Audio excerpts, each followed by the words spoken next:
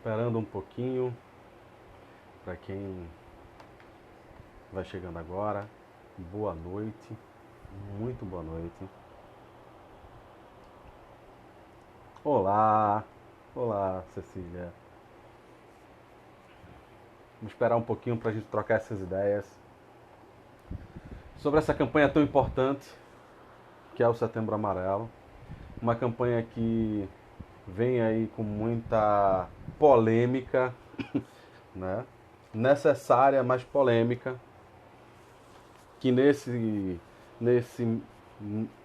nessa conjuntura atual, nesse ano, tem passado por vários questionamentos numa sociedade dependente das redes sociais ainda mais. Então, vou deixar aqui um pouquinho para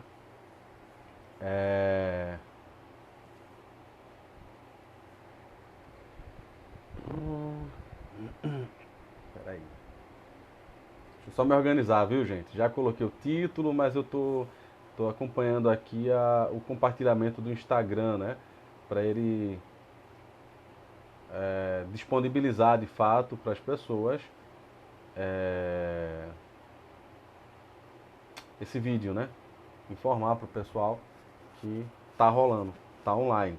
Se vocês souberem de alguém que tem interesse nessa temática, compartilha, tá? Para que essas pessoas possam assistir ao vivo ou assistir depois, né? Vai ficar gravado, então não tem problema quanto a isso.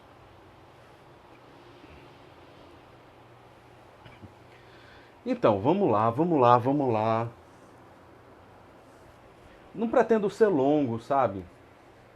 Já fiz live aqui, que acabou sendo longa demais, né? Eu me propunha, por exemplo, fazer 40 minutos de live e a live durou quase 2 horas. Então, hoje eu não pretendo fazer isso, eu pretendo fazer uma coisa pontual, tanto que eu não vou detalhar coisas sobre prevenção de suicídio. A live hoje não tem essa finalidade, né? De falar em si sobre o que é prevenção de suicídio, como se faz prevenção de suicídio e tal. Mas é devido, né? Eu vim fazendo esses stories, algumas pessoas responderam, né? Participaram respondendo os stories. Eu peço a vocês que possam participar. Isso dá, de certa forma, um engajamento para a página. O Instagram funciona muito com essas questões. O meu brother que está aí, o Milson, do Rua do Inconsciente, né? Ele tem produzido muito material nesse sentido, não só sobre prevenção do suicídio, né? Mas sobre a questão, né? Da psicanálise, da psicologia analítica e várias outras questões. Mas, como eu ia dizendo, a intenção minha hoje não é abrir um papo com relação à prevenção do suicídio em si, mas eu acho que é o cuidado que a gente tem que ter, não só com o que a gente consome. Isso é algo que vem se problematizando muito, né? E não sou eu que vou demonizar as redes sociais, mas eu acho que muitas vezes pagar de crítico na rede social é se utilizar do mesmo mecanismo que a pessoa que está se aproveitando. E às vezes você paga de crítico e não oferece nada. Você critica a campanha, você critica os profissionais, você critica tudo e no final você está promovendo o quê? Produzindo o quê? Nada. Porque é uma crítica meramente gesticulatória. Você apenas fala mal de um monte de gente e no fim das contas, tua reflexão realmente produziu algo? Eu não sei, eu tenho resistido um bocado a esse tipo de coisa e quem já foi meu aluno ou está sendo na graduação ou curso de formação, né, que eu dou aula em 2 cursos de formação especificamente, que é o do Labirinto, o pessoal do Labirinto, acho que não tem ninguém online, mas também do Instituto Dédalus, ambos de Fortaleza. O Nordeste aqui, na minha opinião, vem liderando um movimento de repensar o Jung, ou pensar o Jung de fato a partir do próprio Jung. Nossa, parece uma coisa tão inovadora, né? Pensar o Jung a partir do próprio Jung, mas no Brasil se notabilizou a falar, pensar, discutir e criticar o Jung sem o Jung. É uma coisa curiosa. Mas enfim. Então, Para quem já me conhece desses locais, né, onde eu me expresso, às vezes eu sou bastante crítico. Eu critico e apresento, né, possibilidades.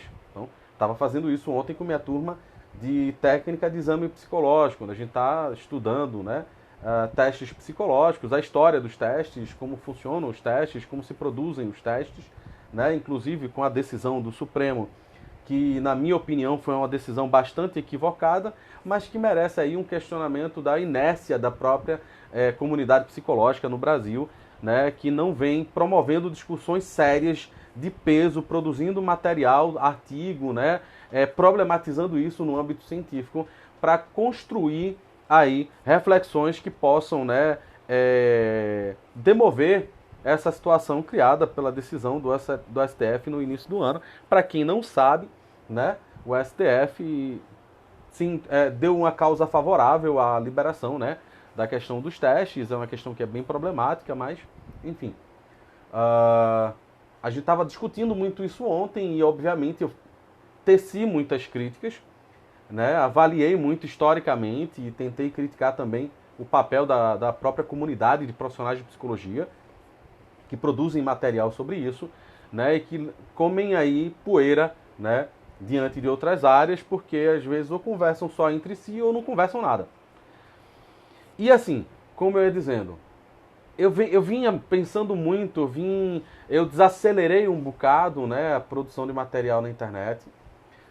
Ano passado eu tinha começado uma sequência de lives tratando alguns temas. Tinha coletado, né, o material. Para quem me segue, que provavelmente deve ter se perguntado para onde foi, né? Eu coletei, né, sugestões, como fiz até agora recentemente. Eu estou com uma lista aqui que eu pretendo, de fato, daqui para o final do ano, dar conta delas, mas eu tinha pensado muito sobre a validade, né, sobre se valia a pena o esforço de você produzir material, né, nas redes sociais, quando você não sabe realmente se as pessoas querem consumir, porque às vezes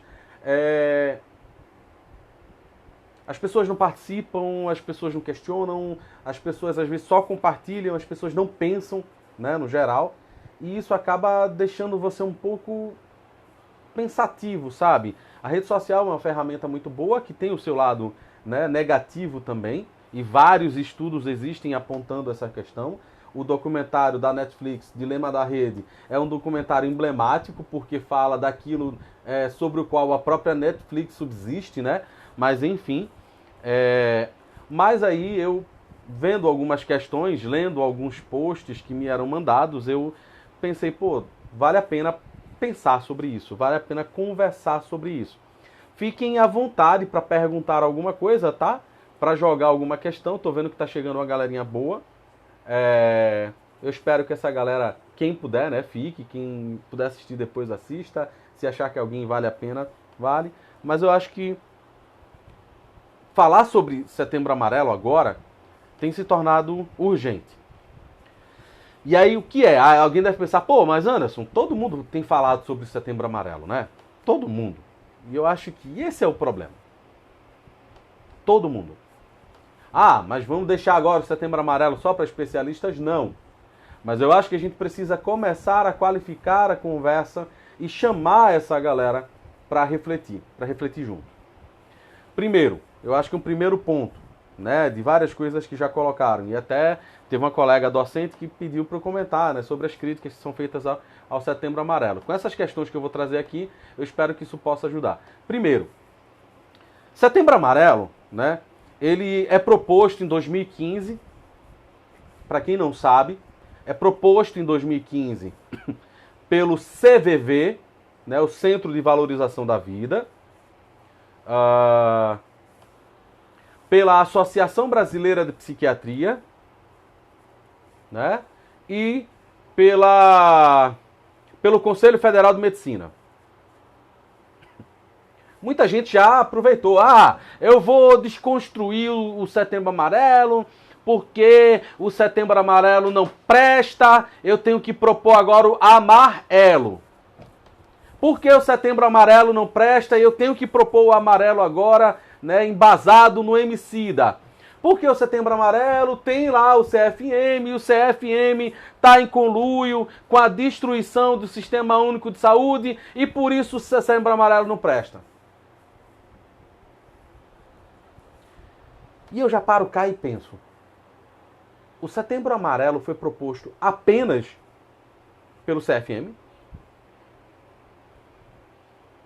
Ou será que a preocupação de uma instituição tão importante no cuidado com a saúde mental, que é o CVV, não serve de referência para a gente entender a utilidade e a importância do Setembro Amarelo? Então tem muita gente que ao falar sobre, né, o Setembro Amarelo e querer criticar o Setembro Amarelo, esquece que quem propôs o Setembro Amarelo, além do CFM da ABP, foi o CVV. E a gente vai dizer que o CVV está aí envolvido com esse excesso de mercantilização, né, de gumertização das profissões de saúde, e que o CVV apoia as políticas de desconstrução, né, de destruição do próprio Sistema Único de Saúde? Já começa por aí. Quando você coloca apenas o CVV, né, e o CVV não, o CFM e a ABP como criadores, você já, na minha opinião, você já bota um pá de cal, um pá de terra em cima do teu discurso. Porque você está esquecendo que uma parte importante, né, na construção dessa campanha foi o CVV. E o CVV tem uma longa história de acolhimento e de prevenção do suicídio. Segundo,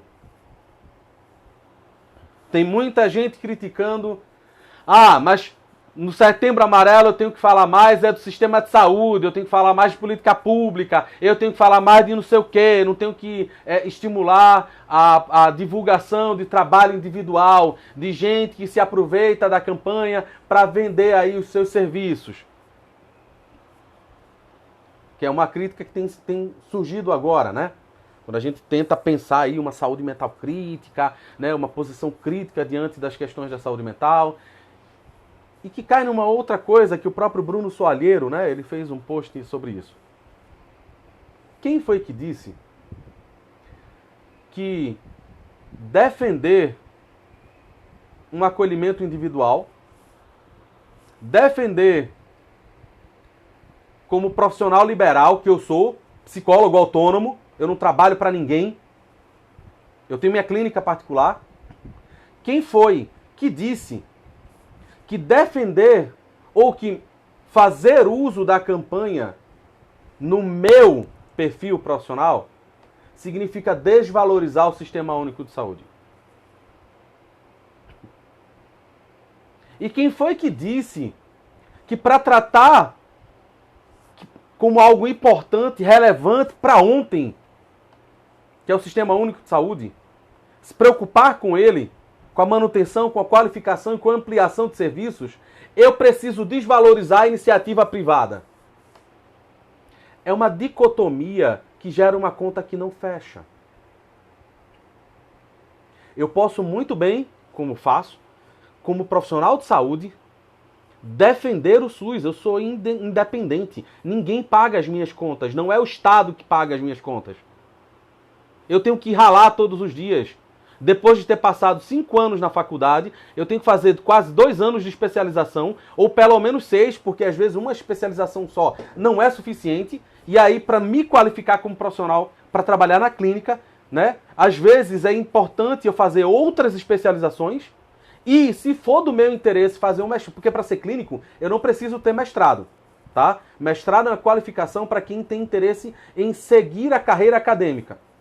Mas eu posso, como clínico, também fazer mestrado. Virou hoje até instrumento de propaganda, né? Às vezes o profissional nem é bom, mas se ele tiver o mestrado, tá ótimo. Tá fabuloso. A pessoa tem um conhecimento pífio, mas se tiver o título de mestrado, tem gente que tá batendo palma já. Pro tudo que ele disse tá certo. Então, eu preciso investir na minha carreira. E aí eu, como profissional liberal, como profissional autônomo, não vou propor discussão? eu comecei a tomar contato, para quem não sabe, né, a imensa maioria que não me conhece, eu comecei a tomar contato com a questão do suicídio quando eu estava no 7º período de psicologia, no 4º ano. No 5º ano, que é o último ano que a gente vai para o estágio, eu estava participando de grupo de estudo. A partir de 2016, eu passei a palestrar sobre.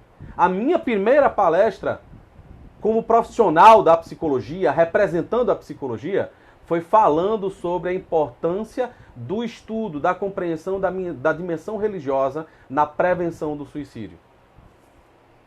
Até que ponto a religião se constitui no fator de proteção e até que ponto a religião se constitui no fator de risco. Foi a minha primeira palestra. De lá para cá, eu venho continuamente, embora não tão intensamente quanto no começo, estudando, lendo, acompanhando discussões.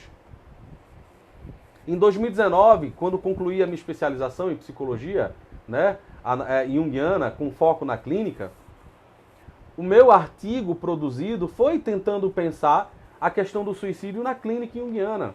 É um artigo que eu sei, bem ainda carente, preciso aprofundar ele, preciso inclusive produzir, né, versões melhoradas desse artigo, discutir com mais profundidade essas questões na perspectiva da psicologia analítica, porque no Brasil também tem uma carência, né?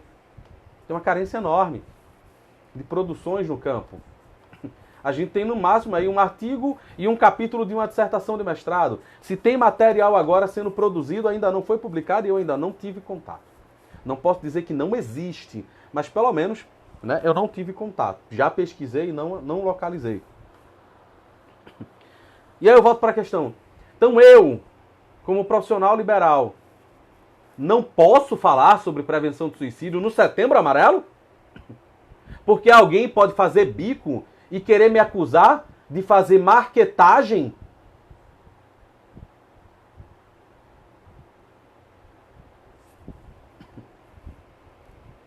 É sério isso? É sério que esse é o nível de discussão? Que tenta criar uma interdição? Um interdito? Ou a gente precisa cobrar mais, né, qualificação? Eu também confesso, por outro lado, existem pessoas que se propõem a falar. A crítica está absolutamente errada? Não. Tem muita gente que não lida com o suicídio, que não fez curso, que não estuda, que não tem leitura, que se aproveita da campanha só para fazer uma média. Confesso, tem sim. Tem muita gente. Tem muito influenciador que aproveita a alta das hashtags em setembro para publicar videozinho vazio ou responder a perguntas de maneira irresponsável. Mas eu vou dizer com isso que a campanha em si não presta? A função da campanha não é ser política pública. Então a campanha não tem obrigação nenhuma de, per si, colocar o Sistema Único de Saúde como seu foco, como a sua única lógica discursiva. Mas a gente não pode deixar de falar da importância do SUS. Porque quem não pode pagar por um serviço privado precisa ter um serviço de qualidade no SUS. A gente também precisa pensar a rede de atenção que tem um profissional de psicologia para oferecer psicoterapia.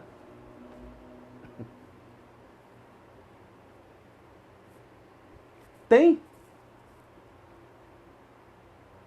Ou em muitos casos o psicólogo acaba perdido como profissional de referência, como técnico de referência. Não vou avançar nisso, que não é esse ponto. Mas Setembro Amarelo é um mês em que qualquer pessoa pode falar de prevenção do suicídio. Em que é estimulado. A própria OMS, ela estimula que a sociedade como um todo participe. Nós temos, desde 2006, um projeto nacional de prevenção. Tem aí uma questão. No âmbito público. Pergunta a quantas anda. Grande André. Gabriela. Meu amigão Severino que entrou. Meu amigo Severino. Um forte abraço. Cuble de Psicologia Analítica Vitória. Seja bem-vindo, meu nobre. E todo mundo que chegou. Vão chegando. Se acharem que isso interessa para alguém, pede para vir para cá. Vamos trocar uma ideia. Deixem aí perguntas também. Fizeram uma pergunta aqui, eu vou responder rapidinho antes de retomar o ponto. Mas, perguntaram assim, o que você acha do livro Suicídio e Alma do Hillman? Eu acho ele um livro razoável. Não diria muito bom, mas eu também não critico fortemente. Agora, na minha opinião, é um livro que espelha, né, o momento mais junguiano, vamos dizer assim, do Hillman, porque depois disso ele passa a constituir o seu pensamento próprio. Então, no campo junguiano, embora ele seja intitulado como pós-junguiano, ele se propõe, né, a uma outra coisa, né? Mas eu não diria que é um livro ruim, não. Talvez do Hillman é o único que eu realmente me propus a ler e que eu gostei.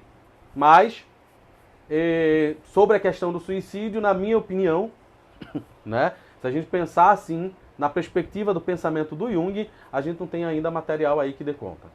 Nenhum. Tá? Então, acredito que vale muito a pena as pessoas lerem o material do Hillman, mas é preciso entender que o Hillman vai ter essa diferença no pensamento, né? O Hillman vai tentar desconstruir pontos da psicologia do Jung, né, para construir o seu próprio ponto de vista, e se a gente não tiver isso em perspectiva, a gente vai acabar aí achando que o Hillman é um bom comentador do Jung, quando no fim das contas o Hillman não é. Como comentador da obra do Jung, eu não recomendo o Hillman, tá?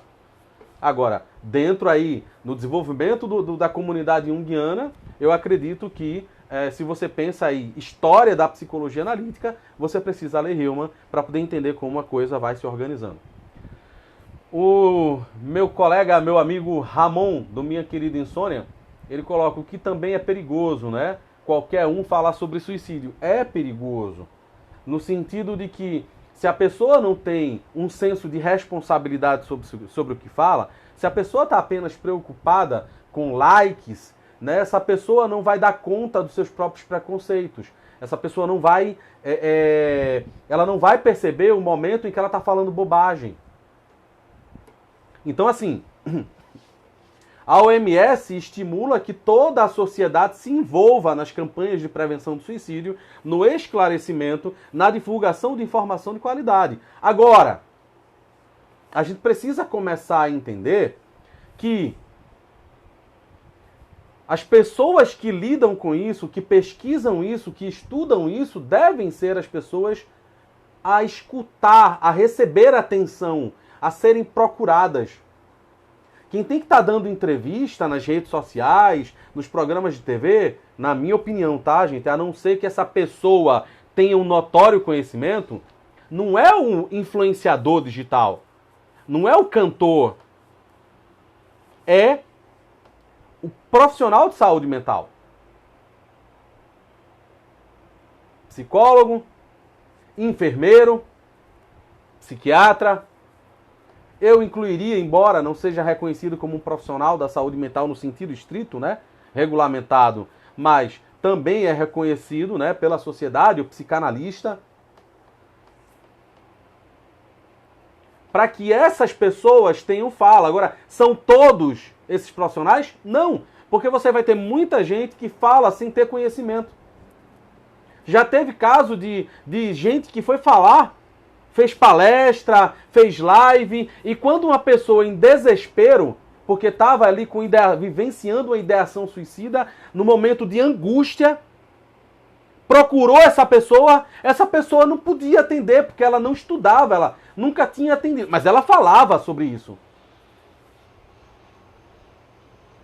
Então acho que a gente precisa tomar cuidado, eu acho que se aproximar, divulgar, falar, mas eu acho que a gente precisa também reconhecer o nosso lugar, reconhecer o que eu estou fazendo, reconhecer que potência eu tenho para dar conta disso, que é o que leva a um outro ponto, que é a excessiva quantidade de pessoas que, num gesto, na maioria de muito boa vontade, não vou dizer que não é, começa a postar nos stories, no Instagram, no Facebook, em outros lugares. Meu DM está aberto. Se você precisar conversar, converse comigo. Meu conselho para quem não é da área de saúde mental, para quem não tem leitura sobre o assunto, não faça isso, não. Meu conselho, se quiser seguir, siga. Se não quiser, fique à vontade. Não faça isso, não. Porque mesmo profissional de saúde mental, muitas vezes não dá conta. Porque não é fácil lidar com alguém que está vivenciando o desejo de autodestruição. A carga, a densidade emocional é alta. É altíssima. Se o profissional não estiver em terapia, não tiver com supervisão, se o profissional não tiver leitura sobre isso, não tiver já um lastro, esse profissional muitas vezes não dá conta. E aí fica todo mundo abrindo o seu DM. Ah, venha falar comigo, por favor, não faça isso, porque você não tem paciência. Na terceira vez, provavelmente, que essa pessoa entrar em crise, que vier falar contigo, tu pode dar um ciricutico e dizer, peraí, pô, frescura, bicho. Eu já falei contigo 2 vezes. Tu ainda tá pensando nisso? E eu falo porque eu sei. São histórias que eu escuto, que eu conheço. Então, por esse lado, a partir dessa perspectiva, a crítica sobre o Setembro Amarelo tá parcialmente correta. Por quê? Porque ao mesmo tempo que a gente precisa divulgar, a gente precisa de fato falar sobre o suicídio. Porque existe a construção de um tabu. Nós temos vários livros que tratam sobre isso. Não é papo de influenciador digital, não é papo de psicólogo que está querendo ganhar marketing, não. Nós temos vários livros que tratam disso. A gente tem esse aqui, ó, História do Suicídio, de Jorge Minoir. Você vai ter O Demônio do Meio-Dia, do Andrew Solomon. Você vai ter esse aqui do Marzio Barbagli, né? O Suicídio no Ocidente e no Oriente. Você vai ter, tem um outro aqui que o Homem Diante da Morte, do Philippe Arrier. Nós temos já uma literatura extensa que mostra como, ao longo dos anos, de maneira, através dos séculos, a morte foi sendo negligenciada, foi mudando de perspectiva, foi sendo cada vez mais, né, retirada do âmbito público, da experiência cotidiana e transformada em assunto tabu dentro de hospital. Onde você já não leva mais, muitas vezes, uma criança para poder visitar o tio, avô ou pai moribundo. Porque que imagem a criança vai guardar na cabeça dela, né? Nossa, a criança vai ficar traumatizada. Traumatizada muitas vezes ela fica pelo modo como você apresenta. Mas às vezes aquela experiência para ela pode ser necessária. Para ela entender que a morte existe. Para ela não ficar aí fantasiando, como muitos jovens hoje, que são poupados de tantas coisas e não desenvolvem condições de lidar com situações estressantes, com situações que gerem sofrimento. Porque eles foram a vida toda poupados disso.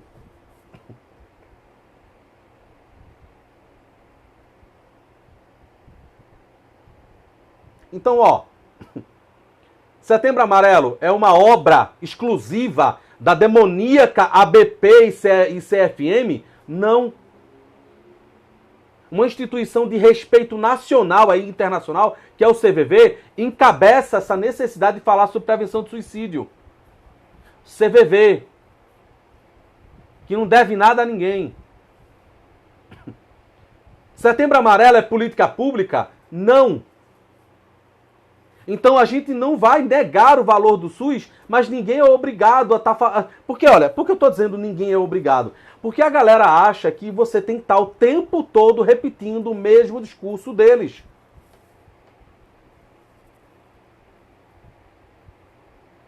Eu valorizo a saúde pública. Eu sou um dos que acredita que se cobrarmos os nossos, né, políticos, se ninguém tiver político de estimação, se a gente fizer o nosso papel como cidadão, o exercício da cidadania, e ficar cobrando, acompanhando o trabalho de quem nos representa no âmbito público, o dinheiro pode ser melhor gasto. Vai ser todo o dinheiro bem gasto? Não, porque corrupção vai existir aí. É uma mazela que envolve, já são estudos milenares. A filosofia, desde que nasce, ela nasce implicada num contexto de discussão até que ponto a política é enviesada pela noção de ética.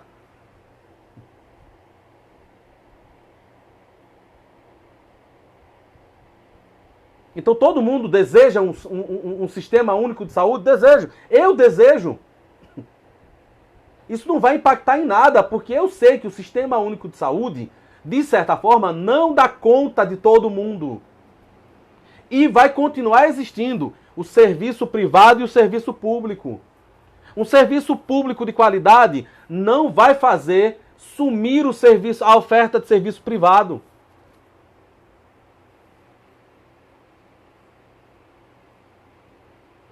Então não é ou.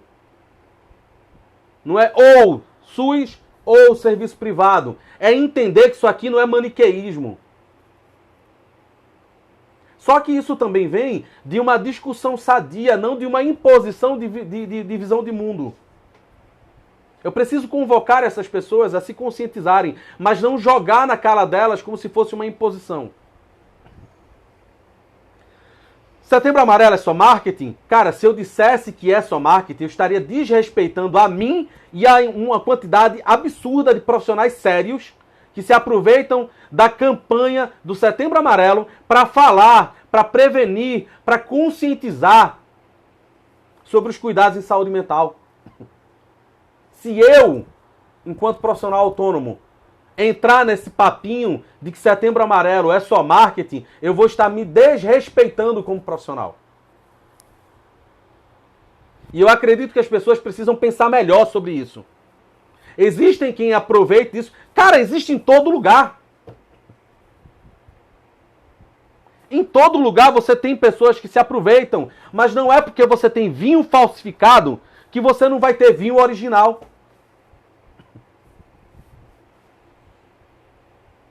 A gente precisa se conscientizar disso. Precisamos trazer à tona uma qualificação do debate. Isso que eu estou tentando fazer é conscientizar vocês que me escutam de que nem todo mundo que fala sobre prevenção de suicídio está preparado para falar sobre prevenção de suicídio. Isso não significa que a pessoa não teve boa vontade. Às vezes ela foi só imprudente. Ela ficou chocada com os dados, com a epidemiologia e, atendendo ao clamor da OMS, ela fez: eu vou colaborar, eu vou falar sobre isso. Então, todo mundo que está na rede social está querendo biscoitinho? Não. Ah, mas prevenção de suicídio se faz o ano todo. Eu quero saber se a cara pálida, que muitas vezes critica com esse argumento, trabalha o ano todo acolhendo pessoas com ideação suicida. Se a cara pálida, se a criatura aí, que se digna a fazer essa crítica, também faz esse trabalho. Porque é muito fácil, né? Ah, o povo só quer falar de prevenção de suicídio em setembro. Né? Por mim não existiria Setembro Amarelo, mas quando está em outubro, está fazendo lá palestrinha sobre prevenção do câncer de mama. Ou, quando é em novembro, está fazendo palestrinha sobre prevenção de câncer de próstata.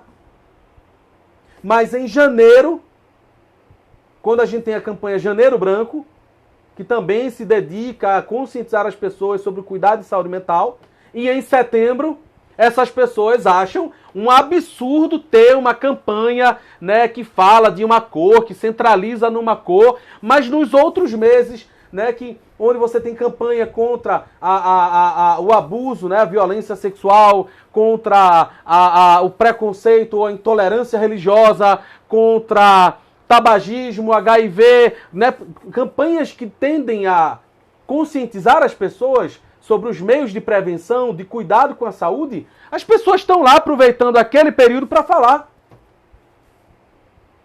Mas em Setembro Amarelo acham um absurdo. Aí aparece, às vezes de óculos, usando um lencinho no pescoço para parecer intelectual. E não, porque o Setembro Amarelo é uma campanha mercadológica que tem por finalidade apenas captar pacientes.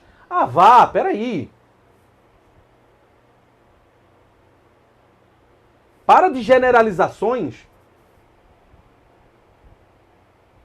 Incrementa a discussão. Diz, olha, gente, é importante falar, né, da prevenção do suicídio, é importante falar, procure um psicólogo, mas vamos fortalecer também o SUS, porque tem pessoas que não podem pagar um atendimento, né, particular. Então vamos incluir a discussão do SUS, vamos juntar aí na corrente, fala aí, divulga o teu trabalho, né, atua como profissional de saúde mental, mas inclui o SUS no teu argumento. Lembra de falar do SUS e da necessidade de fortalecimento do SUS? Veja como muda o tom. Eu não preciso desvalorizar o trabalho de ninguém para reconhecer que sem um sistema único de saúde a gente tem um problema sério. Porque se o suicídio, né, é um problema de saúde pública, a gente precisa ter saúde pública, serviço de saúde pública de qualidade. Concordo em absoluto. Mas eu não preciso desfazer do trabalho de ninguém para poder enfatizar o óbvio. Eu não preciso. Eu não preciso pagar de intelectual. E tem gente que vai concordar e discordar comigo e tá tudo bem, tá tranquilo. Mas eu acredito que a gente precisa, nesse período, é conscientizar as pessoas. Não apenas criar, em muitos casos, polêmica vazia. Criar dicotomias ou perpetuar dicotomias. Existem várias formas de encarar o suicídio. Nas abordagens em psicologia, todas elas dão conta de acolher a pessoa, né, em desespero. Eu não preciso falar mal de abordagens em psicologia, como se só a minha fosse a científica, como se só a minha fosse a melhor, porque só a minha tem evidências. E às vezes quem fala isso nem entende como é produzido a quantidade de dados que essa pessoa que consome e que fica falando e arrotando.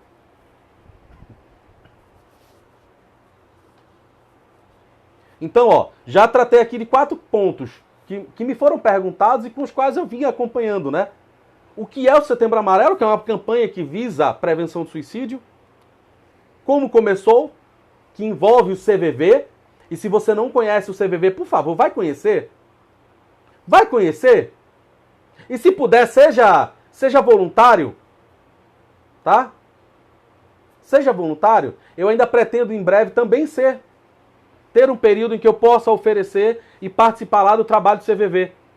Eu valorizo demais o trabalho do CVV. Demais. Demais. E é um trabalho voluntário, que tem, mas não necessariamente profissional de saúde mental envolvido. Falar de Setembro Amarelo é descontextualizar das questões sociais e políticas?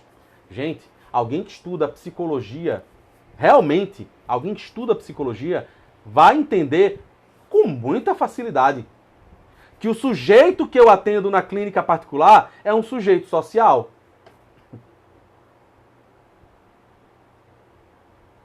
Ele espelha a sociedade na qual ele está inserido. Não é porque eu estou lidando com um sujeito ali que esse sujeito está descolado do social. A fala dele é social. O sofrimento dele é social. Muitas vezes o sujeito sofre porque nunca teve espaço para ser quem ele é, ou quem ele desejaria ser. Ele sofre porque ele vive a imposição dos outros. Porque ele não pode pensar diferente, senão ele é excluído. Ele não pode votar em quem ele quiser, senão ele é rotulado, estigmatizado, estereotipado. E eu nem estou justificando aí o voto em ninguém. Mas hoje a bolha é tão sufocante que você não tem direito a exercer a sua liberdade, se não for de acordo com o que grupos desejam.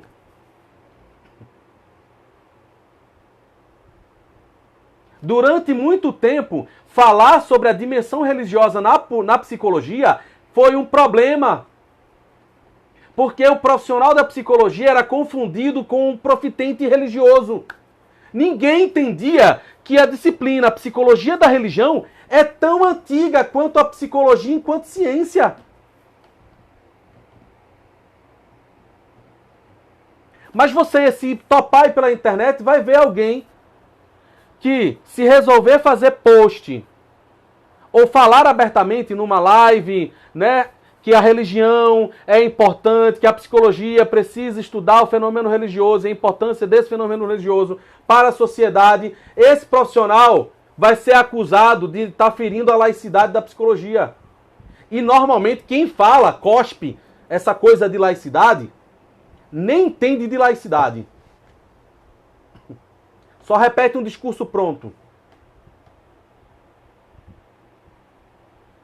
Para a psicologia analítica, não tem como eu dissociar o sujeito do social, porque o Jung já elabora uma antinomia, que eu vou abordar essa antinomia numa live a pedido de uma colega que respondeu a caixinha de perguntas, e eu estou dizendo aqui já para ela saber que eu não esqueci, eu vou cumprir, nem que eu faça uma live por mês, mas eu vou dar conta. Então Jung elabora uma antinomia de duas que ele apresenta no livro A Prática da Psicoterapia, e de várias outras, né, que ele vai elaborando ao longo do tempo em que ele vai elaborando e refinando o seu projeto de psicologia, que é: o individual não importa perante o genérico não importa perante o individual. O que quer dizer essa antinomia? Só para dar uma pincelada. Que se eu enfatizar demais o dado estatístico, que prima pela generalidade, eu anulo o sujeito. Então, aquilo serve para mim no campo estatístico, é lindo. Para formular política pública, para formular manual diagnóstico. Mas é um problema quando a gente transpõe aquele saber para a clínica, para o tratamento de um sujeito, de uma pessoa, de um indivíduo. E aí o Jung diz, na segunda parte da sua antinomia, né? O individual não importa perante o genérico não importa perante o individual. O que é que ele está querendo complementar? Ele está querendo dizer que, para além do sujeito genérico, essa ideia de uma psicologia geral, a gente tem um sujeito individual. Então, é massa saber como funciona o DSM, por exemplo. Para quem é da psicologia e está me escutando. É massa, extremamente importante a gente estar antenado nas discussões em torno do DSM. Principalmente o problemático DSM-5. Mas o conhecimento do DSM não supera o contato individual, que a gente chama de fenomenológico, com o sujeito em sofrimento. Então essa lógica, essa antinomia, serve para me situar como profissional da psicologia, como pesquisador, de que nenhum sujeito está dissociado da questão genérica, ou seja, da sociedade. Nenhum sujeito, nenhuma pessoa está dissociada. Então, quando eu trato uma pessoa na clínica, eu trato ela e o espectro da sociedade que ela representa.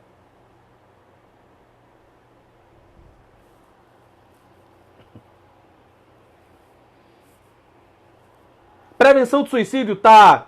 Se alguém enfatiza demais o sofrimento individual, e a gente tem narrativas que se constroem em cima disso, a gente precisa tomar cuidado com a generalização da crítica.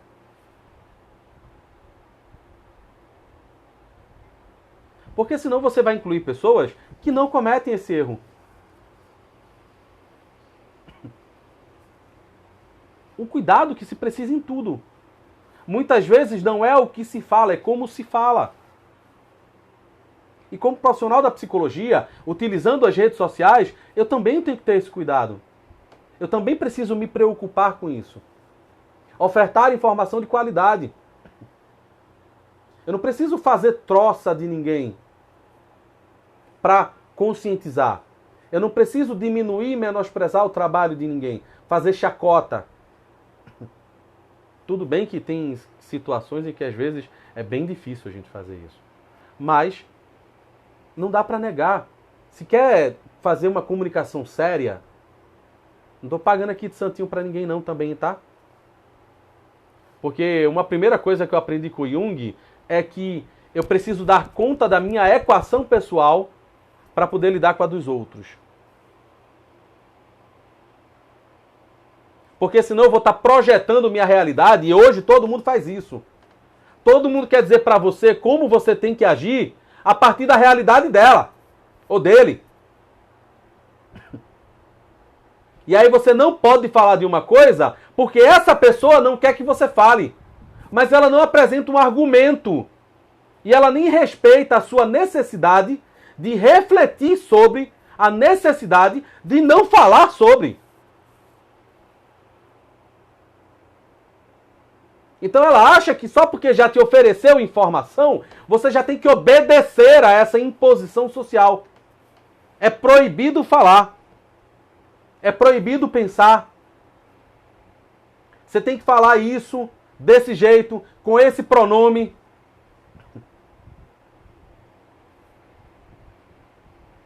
E às vezes isso afasta a gente da prevenção. Afasta a gente do diálogo com outras pessoas. A própria OMS é uma das que orienta, que sugere que os profissionais de saúde mental, psiquiatra, psicólogo, enfermeiro, embora enfermeiro não seja diretamente o cuidar de saúde mental, mas eu já vi gente trabalhando aí, né, produzindo material melhor do que muito psicólogo que está criticando em rede social.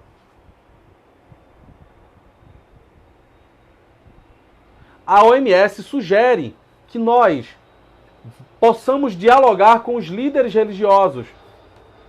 Para fazer proselitismo religioso? Não, para conscientizá-los da necessidade de não fortalecer o tabu do suicídio. Ou seja, ninguém fala. Só porque eu sofri, ninguém fala. Ninguém pode falar. Parece o tabu familiar. Ninguém comenta nada porque uma pessoa na família sofreu com aquilo. Então todo mundo silencia. Ninguém pode falar nada. E aí ninguém também desenvolve ferramentas, busca profissionais para lidar com o sofrimento do não poder falar sobre aquilo.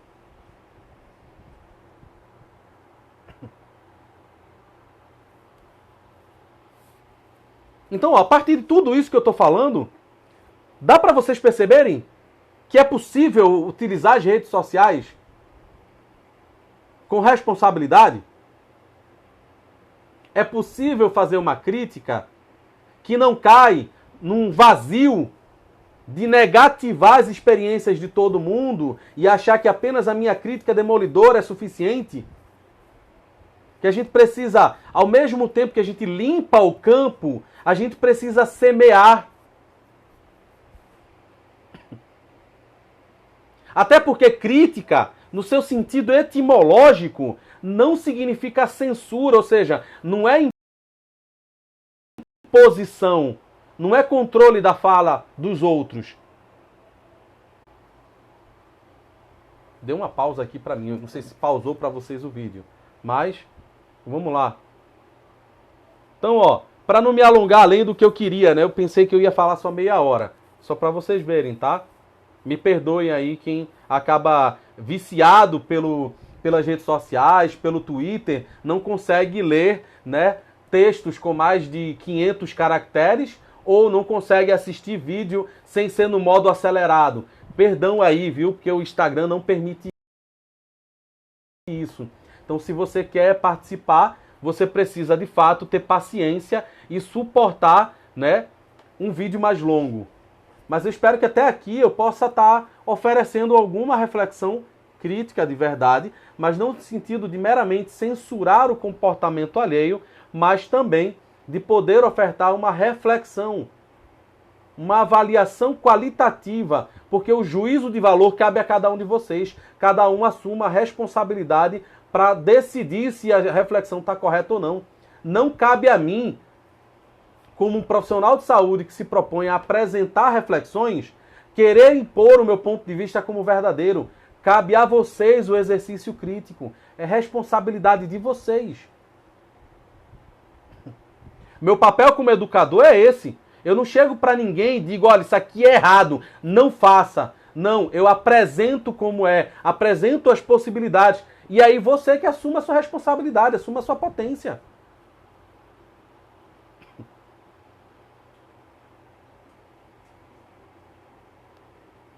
A Martinélia falou aqui, né, do psicólogo não poder falar sobre a sua religião, mas a galera falando sobre, né, suas ideologias políticas e tudo mais. E aí, se você pensar a religião como uma narrativa, né, dentro do espectro de uma laicidade, o profissional da psicologia também pode se apresentar como um sujeito, como um indivíduo religioso, tanto quanto alguém, né, que seja um profissional de psicologia, também pode se apresentar como um sujeito que faz parte, né, que adere a uma ideologia partidária, né, nesse prisma, naquele prisma. Eu acho que isso faz parte de reconhecer a equação pessoal de cada um, de onde eu venho, como esse discurso atravessa a minha subjetividade. Ou, né, essa palavra aqui, muitas vezes ninguém sabe definir o que é subjetividade. Mas, enfim. Deixa eu ver aqui o que é que vocês estão comentando, né? O enfermeiro é de enorme importância nos hospitais psiquiátricos, sim. E eu vejo muito enfermeiro que trabalha em hospital psiquiátrico produzindo muito material, que profissional da psicologia está precisando voltar a publicar mais. O Instagram não está me ajudando a passar as questões. Pausou um pouco, crítica no sentido etimológico, parou aí, massa. Espero que depois disso tenha voltado. Voltou para vocês? Crítica no sentido etimológico, que é uma avaliação qualitativa e não a censura. Então não existe isso de crítica boa, crítica ruim, crítica positiva, crítica negativa. A gente precisa começar a prestar atenção também no uso das palavras. Tem tanta gente que fala isso, né? Ah, preste atenção no uso das palavras, não use essa palavra, use aquela. E aí, às vezes, enfatiza demais o sentido etimológico, ou pseudo-etimológico, porque tem muitas explicações pseudo-etimológicas sobre a origem de algumas palavras que não tem fundamento histórico nenhum. A fonte é Vozes da Minha Cabeça, editora Tô Doidinho da Silva, 2021. Então a gente precisa tomar cuidado também. É importante saber o sentido das palavras, mas não só.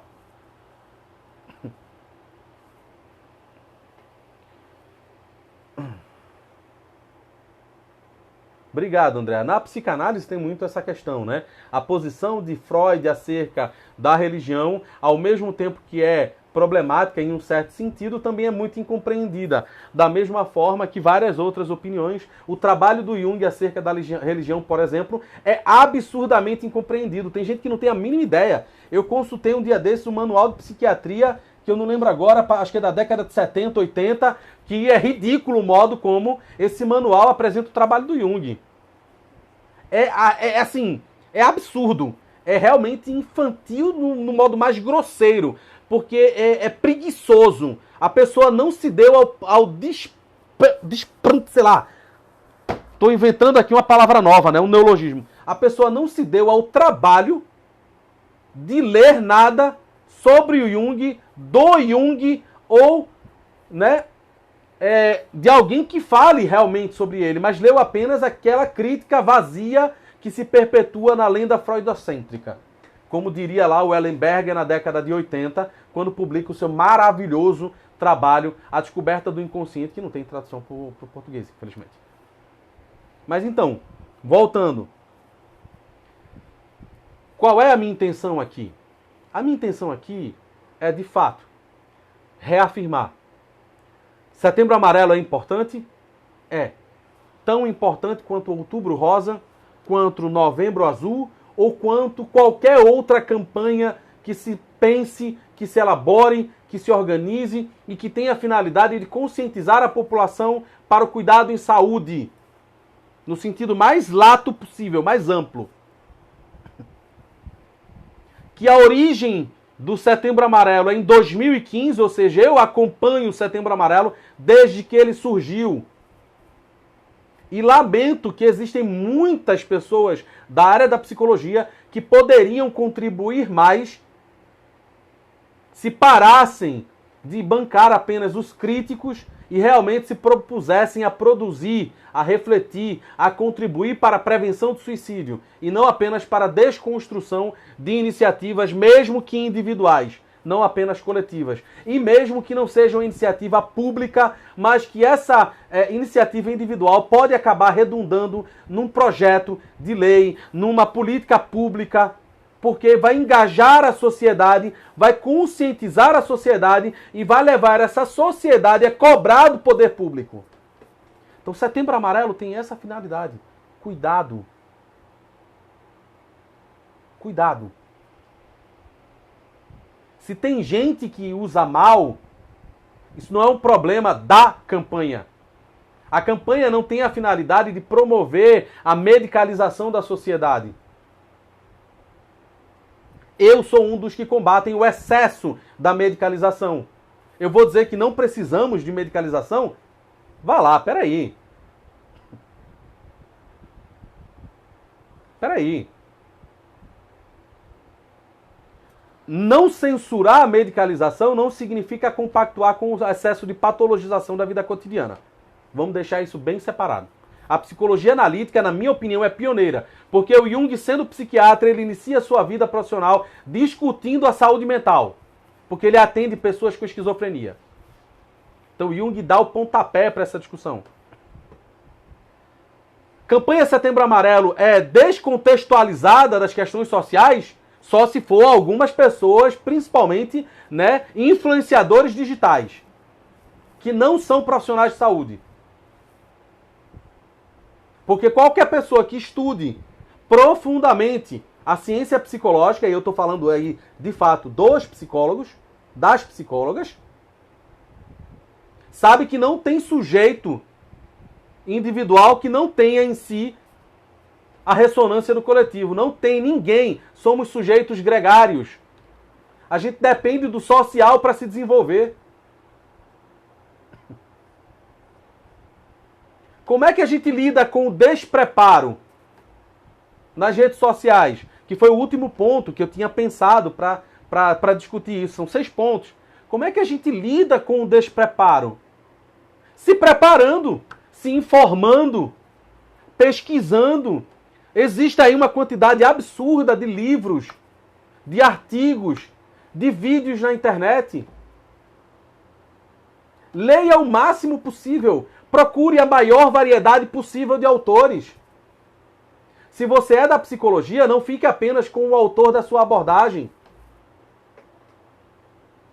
Porque a ciência psicológica, ela tem várias questões hoje que precisam ainda ser definidas, mas que a principal delas, e que é o que permite a sua, que eu poderia dizer, a sua grande abrangência, mas ao mesmo tempo é um ponto de discussão, né, para nós, enquanto operadores da psicologia, que é a ausência de um objeto e de uma teoria única. Isso é a sua maior fonte de riqueza, mas ainda um dos principais problemas.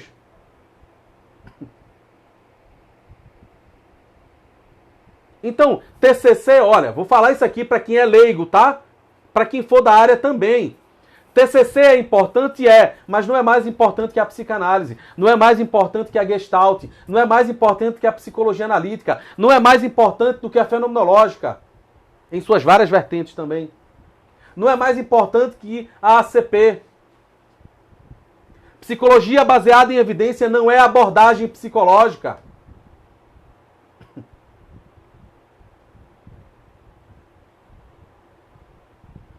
Então, como a gente melhora a situação nas redes sociais? Qualificando as pessoas, estimulando a qualificação, estimulando a leitura, estimulando a reflexão. Tá aqui, ó. É um livro de um psiquiatra, Crise Suicida. Na perspectiva psicológica, tem questões aqui que são problemáticas? Tem, mas eu preciso ler para poder aprender a fazer crítica. Foi um jornalista que escreveu, alguém que passou pela depressão. Só porque não é um psicólogo, eu vou dizer que não vale a pena ler? Todo mundo tem que ler esse livro. Quem é e quem não é da área da psicologia. Recomendo. Agora é grosso, tá? Isso aqui não é feito de tweet, não, tá? De postagem com 500 caracteres, não. Você tem que desenvolver aí, treinar a sua atenção para poder conseguir ler esse livro, porque ele é volumoso. Ou você tem um sociólogo aqui, repensando o clássico do Durkheim, que é o Márcio Barbagli, italiano, publicado pela editora Vozes. Ou você tem o livro da editora Unesp, História do Suicídio, e vários outros. Tem vários, a literatura hoje é ampla. Tem esse recente que eu estou lendo, se ela estiver assistindo ou não, que é a Flávia Andrade, né? Que é um livro onde ela se propõe a discutir a questão do suicídio a partir do Foucault. E para muitos isso é o ápice, né? Para muitos, citar Foucault parece que encerra a discussão. A pessoa só falta fazer pose de herói, que é a pose de intelectual. Pronto, agora eu citei Foucault, então pronto, acabou o debate. Não tem Jung, não tem Freud. Foucault desconstruiu a análise, analisou discursivamente todo mundo. O campo é amplo. A gente precisa estudar muito para se qualificar, para dar conta do sofrimento de alguém com ideação suicida. Não é porque você é um profissional da saúde mental que você já está a priori qualificado. A gente também tem que convocar as faculdades a falarem mais sobre isso.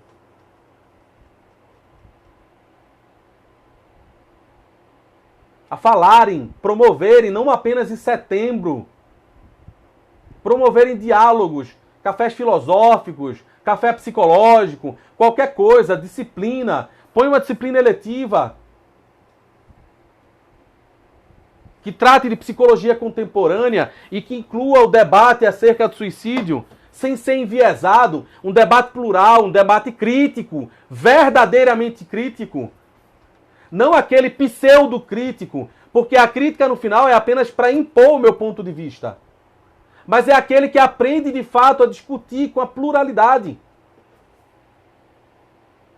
Aquele que não precisa fazer chacota da religião, porque entende que num país quase que em absoluto religioso, mais de 80% da população brasileira é assumidamente religiosa.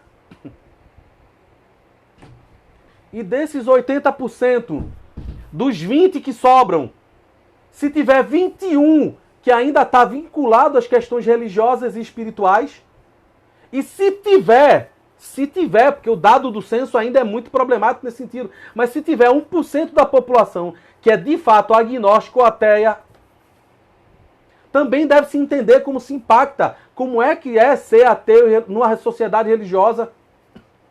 Mas como é que no ambiente da saúde, e da saúde mental em específico, falando sobre suicídio, eu nunca falo sobre a dimensão espiritual, a dimensão religiosa. E quando eu falo, porque eu já vi evento acontecendo assim, eu só falo mal.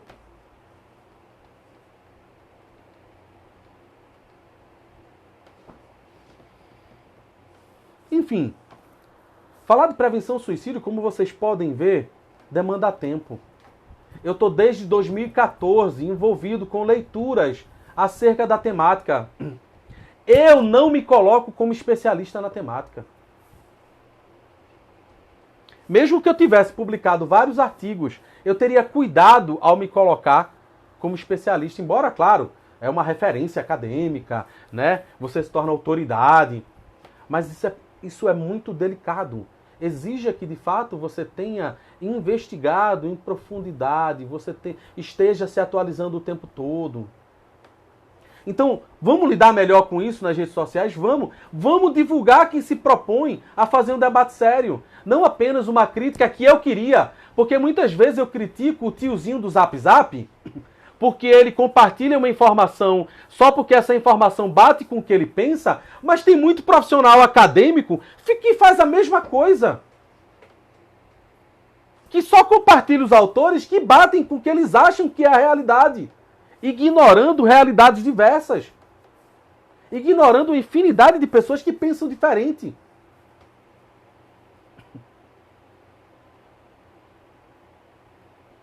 Então que no fundo a gente possa, e eu acho que esse ponto, esse último ponto é o ponto que fecha, é o ponto que encerra, né? E é o ponto que engloba todos os outros, né? Como lidar com o despreparo nas redes sociais? Me informando. E me informando dá conta de todos os outros pontos. Quando eu me informo, eu percebo que Setembro Amarelo surgiu após, né, em 2003, a OMS estabelecer, né, o 10 de setembro como a data internacional, né, de incentivo à reflexão sobre a questão do suicídio. A OMS propôs isso em 2003. Em 2015, no Brasil, a Associação Brasileira de Psiquiatria, o Conselho Federal de Medicina e o CVV resolveram, em comum acordo, dialogando, fomentar a campanha Setembro Amarelo no mês de setembro para conscientizar as pessoas da prevenção do suicídio e para apontar o fato de que o suicídio já era e é um problema de saúde pública. Mas que um problema de saúde pública não se reduz apenas à institucionalização dele como uma campanha, uma política pública, mas que é um problema de saúde pública porque envolve toda a sociedade. Essa informação de como eu lido com o despreparo também me faz pensar e reconhecer que, não sendo a campanha Setembro Amarelo uma política pública, eu posso inserir a política pública, a discussão sobre política pública. É importante que eu faça isso, mas é ingenuidade achar que todo mundo deve se sentir obrigado. E veja, olha para aí, que coisa interessante. Eu posso falar sobre isso, eu posso estimular as pessoas a falar sobre isso, mas eu não assumo como obrigação a priori de todo mundo falar sobre isso. Por quê? Porque nem todo mundo chegou nessa reflexão. Então não vou acusar a pessoa de estar usando de má fé, de estar sendo hipócrita, de estar aderindo ao modelo neoliberal, de assumir sozinha a individualidade, né, individualmente a responsabilidade pelo cuidado da saúde mental das pessoas. Por quê? Porque às vezes até essa pessoa que sozinha inicia uma campanha, divulgação, a informação através das redes sociais, não teve tempo para se aprofundar no olhar dessa pessoa que posa de crítica universal. E por último, essa descontextualização do social e da política é algo que a gente sabe, historicamente o brasileiro foi educado lentamente para aceitar que religião e política não se discute. Isso está enraizado de maneiras que o melhor pesquisador hoje não consegue lidar com essa variável, não consegue esgotar essa variável.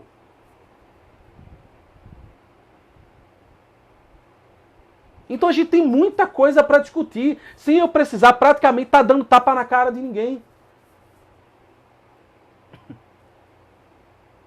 Mas convocando eles, ofertando reflexão.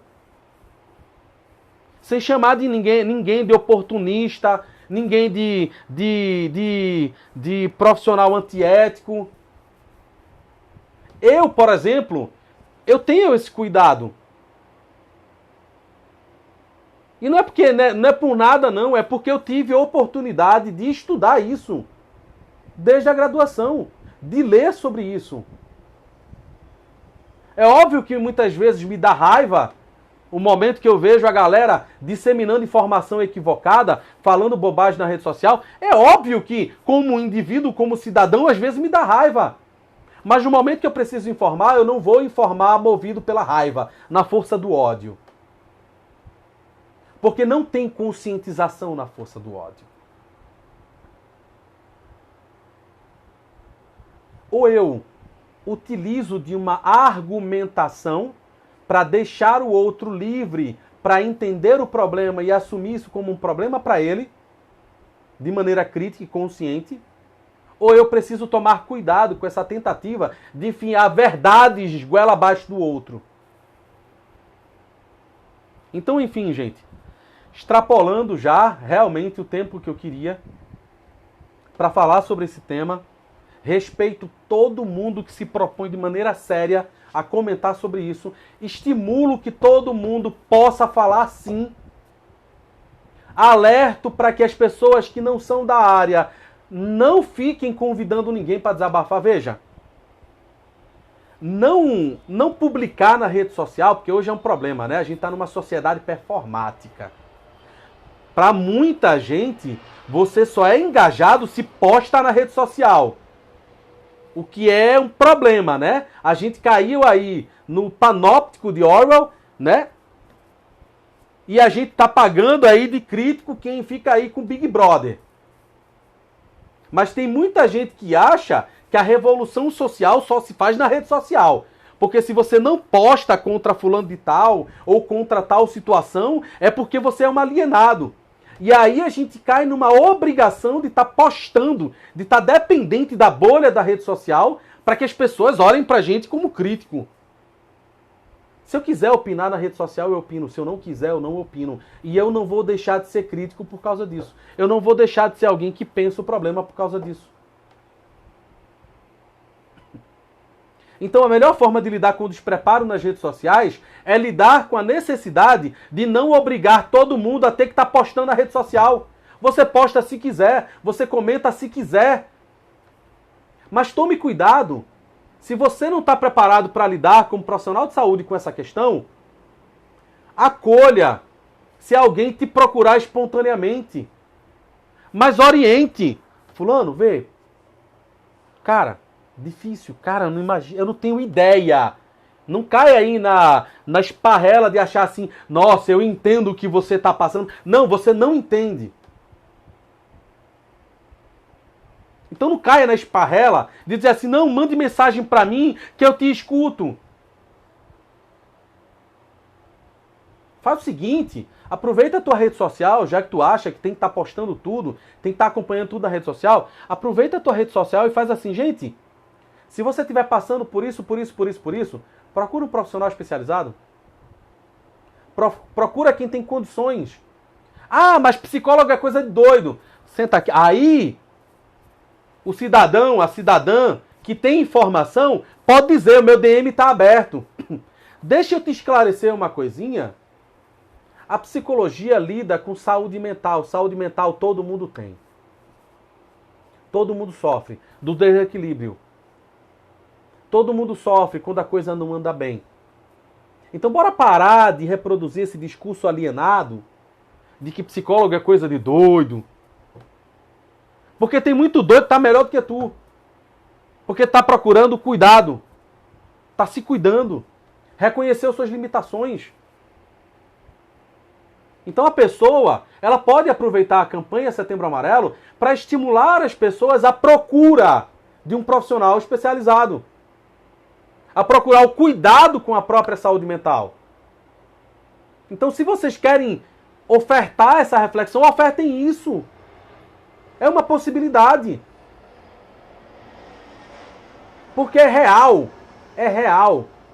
Como alguém que exerce a psicologia, nem todo mundo está preparado para lidar com um paciente em sofrimento, numa angústia, né, que o insere nessa nomenclatura que a gente chama de ideação suicida. Nem todo profissional de saúde, nem todo psiquiatra, nem todo psicólogo.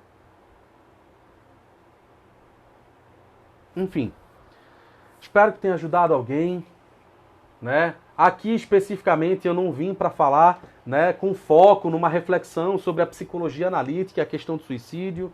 Eu já até respondi no story para uma pessoa que me segue que eu pretendo, né, reeditar o curso que eu ministrei, né, em 2019, em 2020, né, uma versão dele aqui em Recife eu fiz justamente presencial para lançar, né, o livro no qual eu colaborei com um capítulo, né, junto com colegas aqui de Recife e outros colegas de outros estados, né, publicado pela editora Artesã, que é o Suicídio e Suas Interfaces, o Ardiloso Emaranhado da Autodestruição, organizado pelo Valdemar Augusto Angerami, né, no qual eu tive a honra de poder contribuir com uma reflexão. Mas, enfim, eu pretendo falar sobre suicídio, pretendo abordar suicídio na perspectiva da psicologia do Jung, mas eu não vou fazer isso, obviamente, em detalhes na rede social, né? Obviamente, isso aqui eu prefiro ofertar em forma de treinamento, onde a gente pode discutir, onde a gente pode focar. Aqui é o alerta geral, é a reflexão, porque meu público é parte profissional da área, estudante de psicologia, profissional de outras áreas, filósofo, sociólogo, né, e leigos em geral, pessoas que às vezes não têm formação acadêmica, então não dá para ficar aprofundando. Meu perfil não é meramente técnico, embora normalmente eu poste coisas para o pessoal da área, do meu nicho, né, mas como eu sei que pessoas que não são da área também procuram, não dá para eu enviesar demais, né, essa temática. Eu pretendo fazer lives mais abertas que possam atender as pessoas, né, mas também possam ofertar reflexão para quem faz parte da área, né? Enfim, em breve posso estar divulgando, dependendo aí da demanda também, se o pessoal achar interessante, né? Eu estar fazendo uma divulgação, né, promovendo um curso, né, um mini curso para a gente refletir junto sobre isso, né? E, enfim, era isso que eu queria trazer, né? Mas deixando claro, essa é a minha opinião. Essas reflexões partem da minha equação pessoal, ou seja, de tudo que eu vivi até esse momento, de tudo que eu estudei até esse momento e de tudo que eu pude me dar conta até esse momento, tá? Outras lives virão, já fiz as anotações, algumas lives mais gerais, outras mais de fato focadas em questões da psicologia analítica, e eu espero ter trazido alguma reflexão para alguém, se eu ajudei alguém a pensar essa questão do suicídio, do Setembro Amarelo e de todas as críticas que vêm, né? Que bom, eu fico muito feliz, né? Não me coloco aqui como dono da verdade, eu sou um estudante da área, eu sou um profissional formado, especializado, mas que eu não me coloco como dono da razão, né? Não é porque eu tenho aí desde 2014 lendo, trabalhando com isso, que eu sou a autoridade no assunto, eu prefiro não me colocar, é uma responsabilidade que eu não quero carregar, tem muita expectativa envolvida nisso, mas eu quero sim, na medida do possível, das minhas limitações, colaborar com reflexão naquilo que eu puder, a partir de tudo que eu venho estudando e de tudo que eu venho vivenciando na clínica. Enfim, eu espero que essa live possa ter ajudado as pessoas que não são da área e possa ter ajudado as pessoas que são da área.